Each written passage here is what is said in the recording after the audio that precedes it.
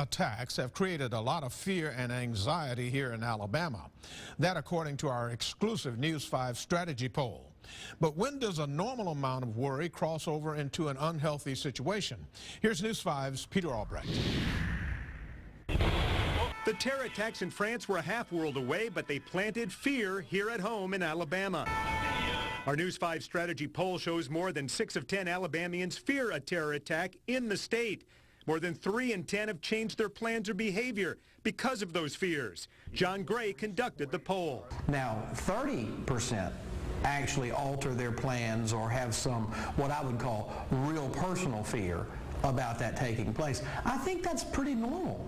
I don't think there's anything strange about that at all. You know, it's not surprising that the anxiety has been raised. Dr. Jennifer Lang-Hendrickson-Rolling is a clinical psychologist at the University of South Alabama. Virtually every set of feelings or thoughts are, in the normal range, given this horrific, catastrophic sort of event.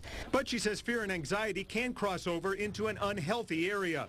By simple mathematical odds, we shouldn't spend much time fearing an attack. In comparison to being killed by a terrorist attack, you're 4 times more likely to be struck by lightning, 25 times as likely to drown in your bathtub, 250 times as likely to die from a bee sting, 1,000 times as likely to die in a car wreck, and 5,900 times as likely to be killed by a medical error. But logic doesn't solely determine our actions or feelings. We are both logical and we are also emotional beings. And Dr. Lang-Hendrickson-Rolling says people who have gone through some type of trauma would be more likely to fear a terror attack, something we're no strangers to here in Lower Alabama, having gone through multiple hurricanes and the 2010 oil spill.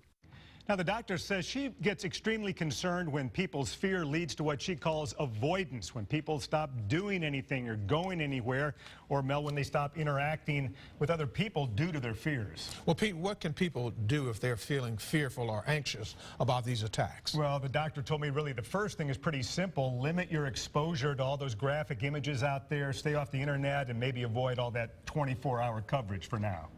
And we thank you very much, You're Pete. welcome.